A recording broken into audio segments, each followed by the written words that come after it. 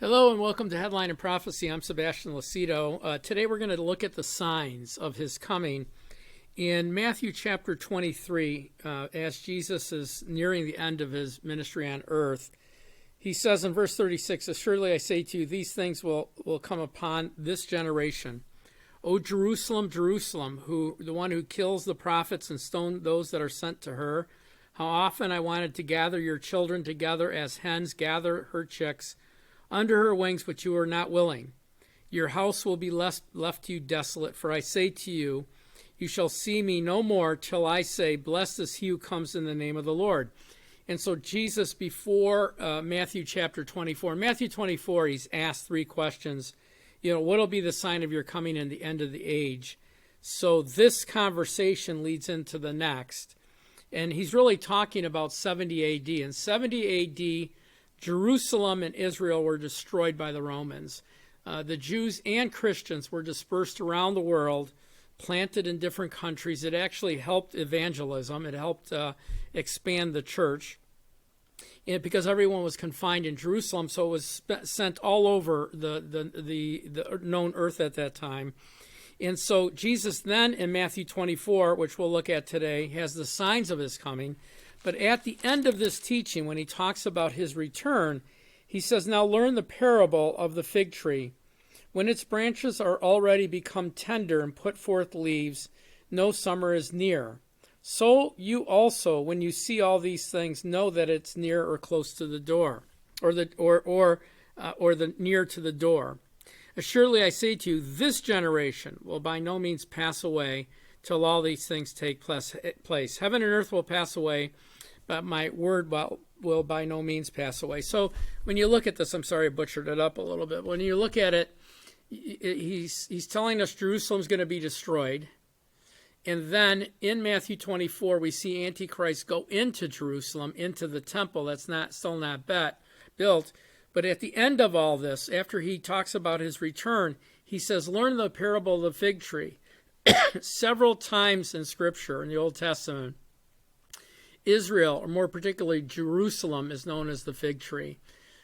Israel became a nation, again, after 70 A.D., the Great Dispersion, in May 14th, 1948. In 1967, Israel took control over the Golan Heights, the Gaza Strip, and the West Bank. And the West Bank contained Jerusalem. So they took Jerusalem back after almost 2,000 years. So that's the greatest sign.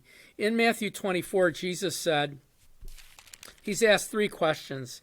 When will these things be, which refers to the temple being taken down, which again happened in 70 A.D. That's covered in Luke chapter 21. But here it says, and what will be the signs of your coming? What will tell us we're getting close? What will tell us we're near? And what will the end of the age be like? So he goes on in verse 4 and he says, Jesus answered and said to them, take heed that no one deceives you. First words out of his mouth is don't be deceived, okay? So what he's going to tell us is the way it's going to happen. Any other way is deception. So we have to listen carefully to what he says. He says, so many will come in my name, saying, I am Christ, and will what? Deceive many. You will hear of wars and rumors of wars. See that you're not troubled. For all these things must come to pass, but the end is not yet. So he's telling us you're going to hear of wars and rumors of wars. See that you're not troubled. See that this doesn't trouble you. It must come to pass this way. In other words, I know about it. I'm telling you about it 2,000 years in advance. So understand this is going to rule the day. This is what's going to be happening. So we have to look at wars and rumors of wars. He said, for nation will rise against nation, kingdom against kingdom. There'll be famine, pestilence, and earthquakes in various places. All these are the beginning of sorrows. So as we look in the news cycle today, wars and rumors of wars. We have a war right now between Russia and Ukraine and Moldova. We see rumors of wars. We see threats coming from Russia to Finland and Sweden, who are joining NATO. We see that China last week or week before completely surrounded Taiwan in sort of a dry run, a drill. They have expressed the desire to reunify Taiwan, or literally take it over and take it back, which is a democracy. Ukraine is a democracy as well, We see North Korea shooting missiles into the Sea of Japan and, flexing its muscles. We see Iran testing ballistic missiles as well.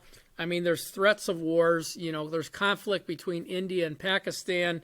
So there's conflicts all over the world that can escalate into, falling dominoes. I mean, Russia, for sure, there hasn't been a war in Europe, since World War II, and they aggressively went in to Ukraine for the second time.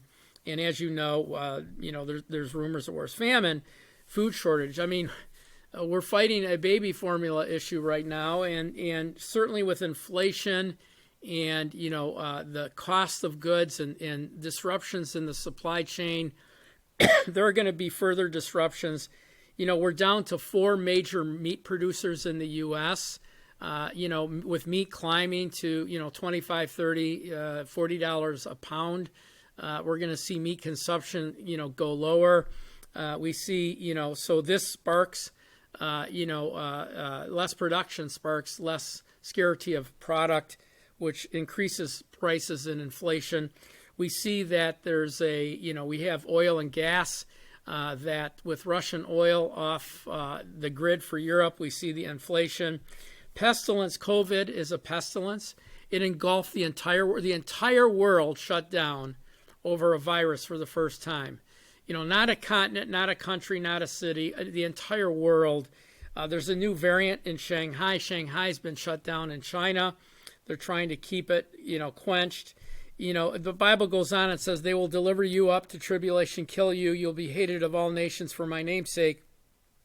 Or literally, true Christians who want to live a biblical existence through the lens of the Bible, who believe the Bible's authentic, will have, there'll be division. They'll be frowned upon. This week we see the abortion issue erupt in our nation, where people have taken sides, and so we see that there were protests at many churches, and there's a lot of hate speech going back and forth. There's false teaching. Many will be offended, hate one another. False prophets will arise and deceive many in lawlessness. We see all of these signs happening, and you say, well, this has gone on through human history. No, it hasn't. We've never, it's only been 100 years, and we've had 2 major world wars.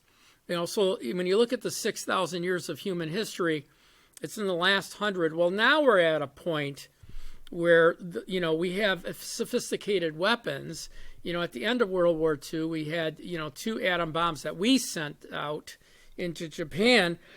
Well, now just about everybody I named to you has nuclear weapons, the ability to do mass carnage and inflict, great lethal pain on other nations.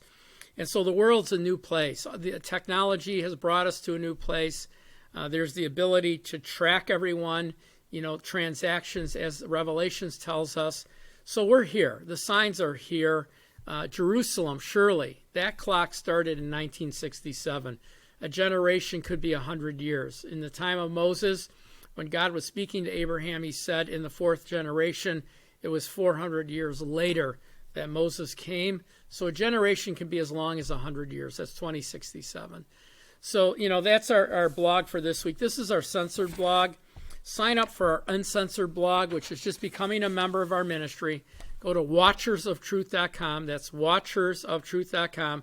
Sign up to be a free member. You'll have access to free curriculum, workbooks, and videos, all of our teachings, and our uncensored blog will be emailed to you every Friday. You'll receive it, and it's a private blog. It's not on the internet. It's not on our website. It's not on any social media. It's a private blog, and we send it out. We get very, very clear, very direct, unfiltered. We lay it out completely, what we really think. So I think it'd be beneficial to you if you like this blog to get that one. This one we have to trim and edge to get around the censors, and we do that a majority of the time.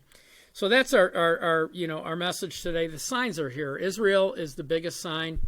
Jerusalem is the biggest sign, right? The temple couldn't be built in Jerusalem if Israel wasn't a nation and Israel didn't control Jerusalem. So thank God that we're here for such a time as this. We each have a call and a purpose. Share this with family and friends. Help us build our audience. And please go to our website and sign up for our private, blog. And all of our study materials are free to you, and you can enjoy those. Anyway, God bless you, and I'll see you next Monday for another episode of Headline and Prophecy. God bless, and have a good day.